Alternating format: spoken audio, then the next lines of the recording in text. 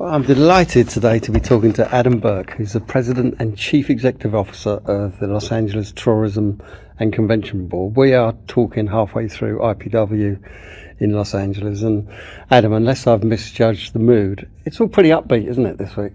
Incredibly so. And Steve, thank you for making the time to chat.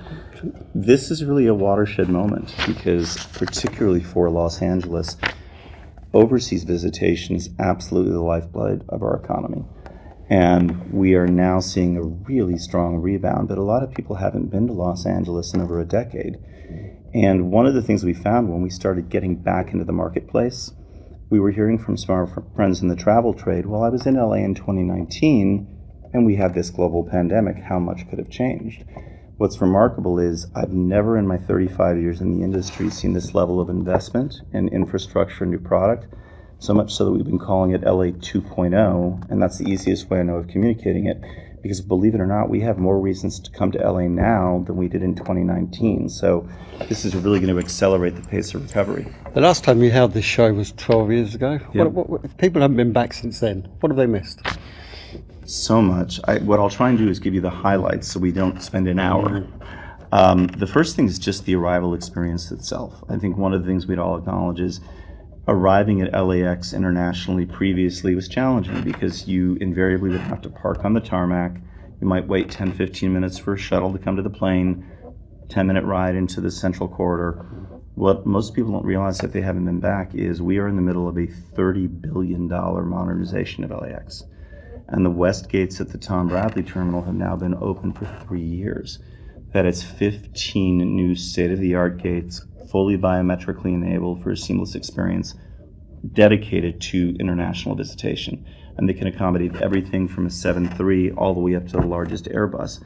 That's been a total game changer because now when you arrive at LAX, you're there right at the central terminal. And the other thing I love is they've pulled in local restaurants, local retail. So you'll see Fred Siegel, Border Grill, Shy Venice. So just right there, as soon as you get off the plane, it's a very different experience. The other thing is how much go ahead. The other thing is how much the destination has evolved in what we call our product pillars, because we know that different travelers are looking for different things. So for example, look at arts and culture. I think it would be surprising to a lot of people to hear that Los Angeles now has more arts and cultural institutions, more museums and performing arts venues per capita than anywhere in the US. We have over 475 museums and performing art venues. And it also includes all these amazing new entries. We have the Academy Museum of Motion Pictures that opened during the pandemic. And it celebrates kind of the artistry and also the magic and science behind filmmaking like nowhere I've ever seen. This year we'll welcome Destination Crenshaw. It is going to be the largest installation of public art in the country devoted to Black and African American art and culture. And then next year we'll welcome the Lucas Museum of Narrative Art. So this is really a huge year for arts and culture in LA. And we kicked off this week at the Getty Museum, which is one of your flagship institutions. I mean, what an amazing building and experience that is. But you announced an arts and culture initiative there on the day. Could you just explain a little bit more about what that is? It's a citywide, you've got lots of cultural centres involved. So in addition to the institutions themselves, we're also now seeing that a number of prominent galleries have opened up an LA home. So we're seeing prominent galleries, but also all of our arts and cultural partners are in the midst of these incredible both capital projects and incredible shows coming to Los Angeles. So we hosted Freeze Art earlier this year, phenomenal contemporary show. We'll be hosting PST, which was Pacific Standard Time. PST Art and Science Collide, and I love the way they always bring in other themes. So that'll debut for 6 months starting in September. Beyond that, Natural History Museum just opened a brand new wing, NHM Commons, that is an entirely new wing for them. Something that's very exciting for those who are into technology space. Space Shuttle Endeavour has been at the California Science Center for a number of years. They are in the process of working on the Samuel Ocean Air and Space Pavilion. It will be the only place in the world where you can see a space shuttle mounted vertically on a launch pad with its booster rockets. So you look at all these things happening, and it's just really an explosion of arts and culture. And the thing I love about it, whether it's culinary, arts and culture, is the juxtaposition also of this incredible street art, some of the most incredible art in the world for free. You can just walk up and down the Arts District, see Shepard Fairey, Mr. Cartoon. And the other part of it is that the LA experience is getting exported. So Roger Gaspin, who started the show Beyond the Streets, featuring Shepard Fairey and other LA street artists, was at a full gallery takeover at the Saatchi Gallery in London. He then took the show to Shanghai. So this really is a year where we're seeing LA's emergence as one of the true arts and cultural capitals globally. And beyond this year and next, you've got a lot to look forward to in 26 and 28. We do. I mean, I'm quite the sports enthusiast, and part of what I find remarkable, we have incredible partners at the LA Sports and Entertainment Commission. I've never seen a destination have this run of luck when it comes to major sporting events. So we've been calling this the decade of sport, because just look at 2026 to 2028. So in 2026, we'll have the NBA All-Star Game at the new Intuit Dome, which is going to be opening right across from SoFi Stadium. Obviously, along with so many of our colleagues in North America, we'll be a host city for the World Cup for FIFA. In 2027, we just learned recently, we'll be hosting a Super Bowl for the second time in 5 years for American football. And then when we host the Summer Olympic and Paralympic Games in 28, it will make LA the first and only U.S. city to have hosted the Games 3 times, joining London and after this summer, Paris. So when you have this global spotlight, I think it creates an incredible opportunity for people to come for those sporting events, but then explore all that LA has to offer. And in general, sports tourism is something that tourist sports haven't really talked about until recently, but you've got a lot just going on all the time in terms of sports here, haven't you? We do. We now have 11 professional sports teams. That's the most in the country. So in virtually every sport, we have multiple clubs. What I love about that is no matter what time of year you come here, there are incredible world-class teams that you can see.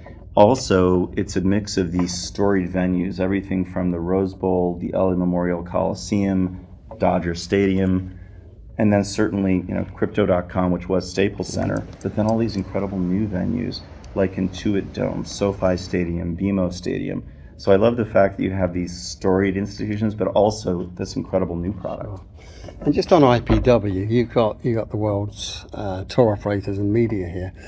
How do you quantify, if you can, the success of hosting a show like this, and what kind of measures do you use? It's absolutely massive. I mean, I think one thing that people often forget is, first of all, a number of international travelers have always disproportionately used professional travel advisors relative to American travelers. And I think that was really elevated during the pandemic because people wanted to know, I need trusted, accurate, reliable information. Can I travel? What's open? What are the protocols? What we've seen happen since then is it's been fascinating, even psychographically, that travelers have moved travel out of the discretionary purchase category into the essential purchase category. So I think 3 years without it made us realize we're hardwired to get out and travel.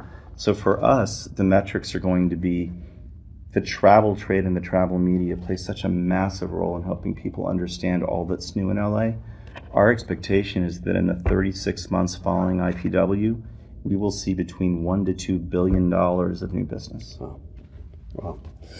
One of the things when you talk about coming to Los Angeles is that it's such a huge, sprawling area that the idea of traveling around here can put some people off if they're not familiar with the transportation options that you have. Yes. But you've got things in place, infrastructure's happening on that side, isn't it? Can you just talk a little bit about the transport in the city? It's interesting you say that because the way my wife and I love traveling is we love exploring. So, for example, whenever we go to the UK, we'll then rent a car. And so we've been everywhere from the Malverns to Lyme Regis to Ascot to Oxford to Bath. But when we talk to a lot of Londoners and we say, well, why in the world would you want to be in a car for that long? I think there's a reason for that. So the first thing for people to realize is when you come to Los Angeles, don't think of it as a city. You have to think of it as really 6 distinct regions. So that's the first way to get your arms around it, because it really breaks it down. And depending on the experience you're looking for, you start with which region you want to stay in. So that includes downtown, Hollywood in the Valley, the Mid-Wilshire District, which is where LACMA, the Peterson, the Academy Museum are, the West Side, South LA, and the beach cities area. So all very different experiences. The second thing is, I guess when I talk about travel, I think about what I tell a friend. If I had a friend who'd never come to Los Angeles, what would I say so they can make the most of their time here? And believe it or not, my answer would be, don't spend all your time in a car. Instead, what we found has been very effective is we started curating 3-day mini itineraries. So let's say, like me, you're someone who is in love with arts and culture, architecture, culinary, boutique hotels. Great, go stay in the Arts District. That's 5 minutes from where we're sitting right now. You can go there and spend 3 days walking all over and experiencing some of the most incredible street art in the world, great food, boutique hotels, and you won't need a car. Then spend another 3 days, let's say, on Venice Beach. You know, if you want to take a surfing class, if you want to ride your bike up the Pacific Ocean. So the best way to spend your time in LA is not spend it all in a car. We do have wonderful mass transit now, but it's also a very walkable city. So for me, it's divide your travels into a couple neighborhoods. And that's what I love about LA. You could come here twice a year the rest of your life and never have the same experience twice. Sure. Final question. Travel agent in the UK, a customer comes in and says, I want to go to California, I want to go to LA. What are some of the iconic things I must do if I'm in the city for 3 or 4 days? I think if I was the travel advisor, the first thing I would ask is, what most interests you? Because you know, both the advantage and the challenge of promoting this destination is we quite literally have everything, and the challenge is we quite literally have everything. I think you heard me say yesterday, if you can dream it, you can do it. So I think you start with saying, what excites you most? And then it's very easy to curate an itinerary built around that. So if you're someone who, for example, is a tremendous sports fan, then if I was a travel advisor, I would say, well, a must-see is SoFi Stadium, because it's the world's most state-of-the-art sports and entertainment complex. It is where the World Cup matches will be played in Los Angeles.